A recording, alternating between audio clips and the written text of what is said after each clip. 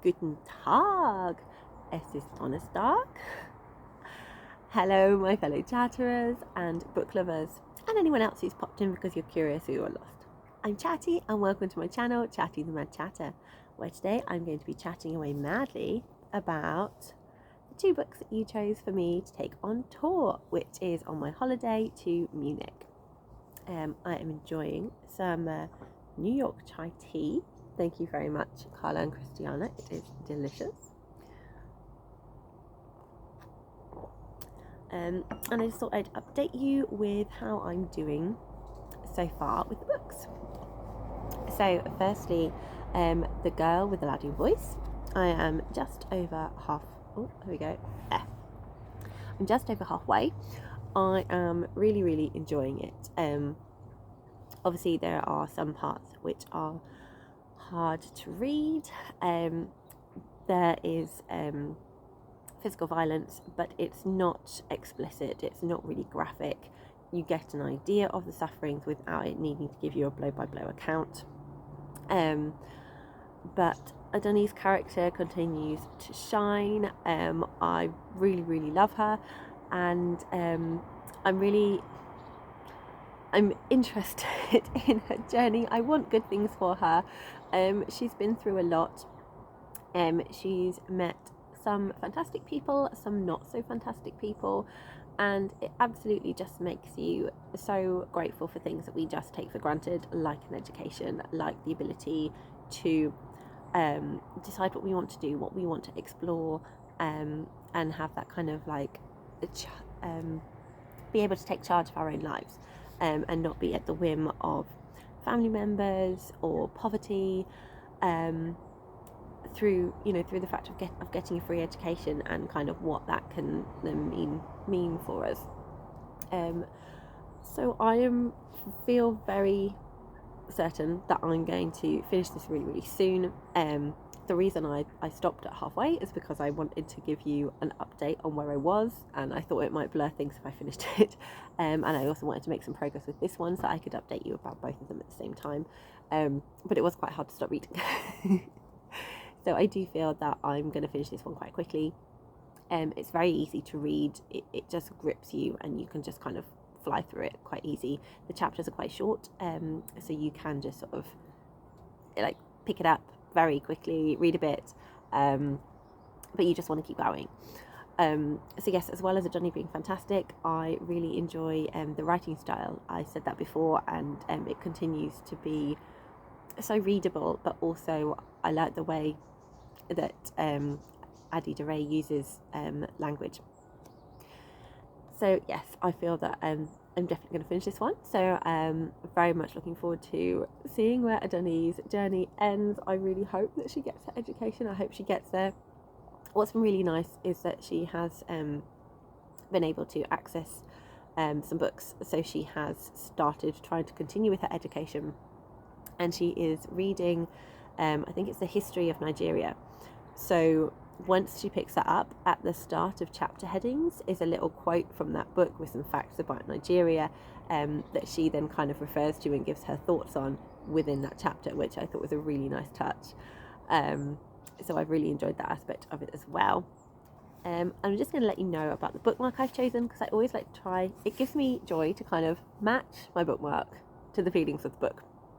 So I have chosen this Fairy Lute Circe by Madeline Miller wooden bookmark, because I felt like the lion fierceness fitted with Adoni's character, and also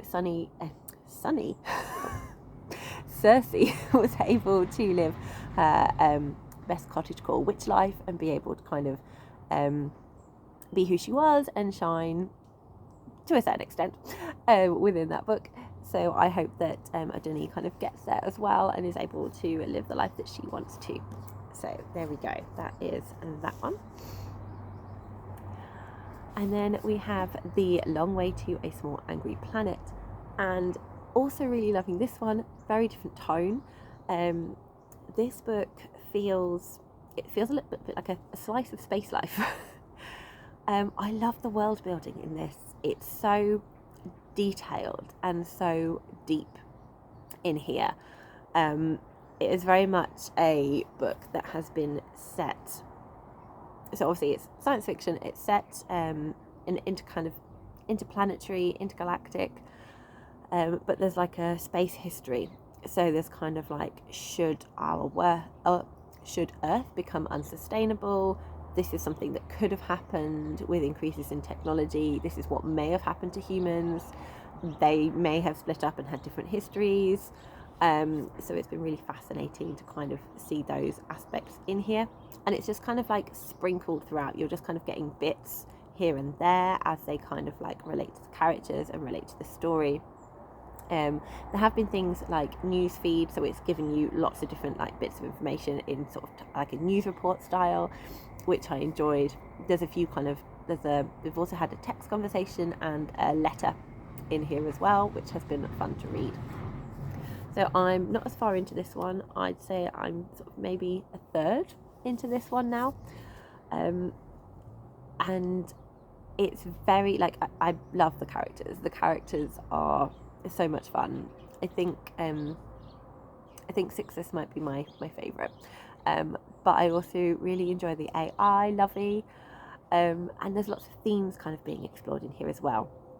So although this is famously known for not having a plot, there's a lot going on. There's still a lot going on in it. Like, the characters are slowly going towards this point.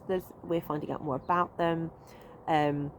We started off with the newbie on the Wayfarer, but then it kind of like splits, and we do get to see into each character's head. There's very much kind of a found family feel of the people on the ship, which is delightful. So we're starting to get a few more things about them, but there's also themes being explored in here as well. Like, it really kind of touches on, there's certain things that affect the characters, but not direct. It's not like a direct plot point, but it's things that they're considering and thinking about, that they're kind of indirectly involved with.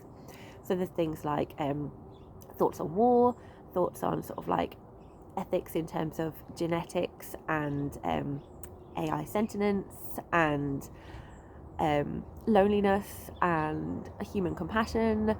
All of those things are sort of in here, which is really fun to read about, and I think I have to put a bit more brain work into this one to follow it. There's certain things that feel a bit more dense, but it's done in a way that's it's still very readable. Like, even if I don't need to thoroughly understand the science behind it to kind of get an idea of what's going on and how things work in this world. But just to kind of give you an idea, there seems to be like a lot of writing per page, where this one didn't quite seem as much. So it just feels quite dense and condensed anyway. So The Girl with the Louding Voice is a cow-sized book, but only just, so it could have been mouse-sized. Whereas this one is fully cow-sized, but it's still feeling quite dense within that. So this one is taking me a lot longer to read, in terms of my brain being in the right place, and there's being more of the book to kind of get through. But it is a really fun time, and in a way it is relaxing, because it's hanging out with the characters a bit more, and kind of getting little more idea of this world, of how it works, and kind of as they slowly kind of propel towards the end point of where they're going. So yeah, I'm keen to see where this ends up, and what happens to the characters, and it's really fun at the moment. I'm having a great time with it. So those are the two. Oh, and the bookmark. So the bookmark for this one, I thought I'd choose this sort of interesting landscape, because there could be one in here that was interesting. So that was my bookmark for that one. So yes, I am very much enjoying these, and hopefully I will check in with you again when I've finished them and give you all my thoughts on each of the books individually. I hope you are enjoying the sunshine, if it's sunny where you are, and you're enjoying lots of reading. So tschüss, auf Wiedersehen, happy reading everyone.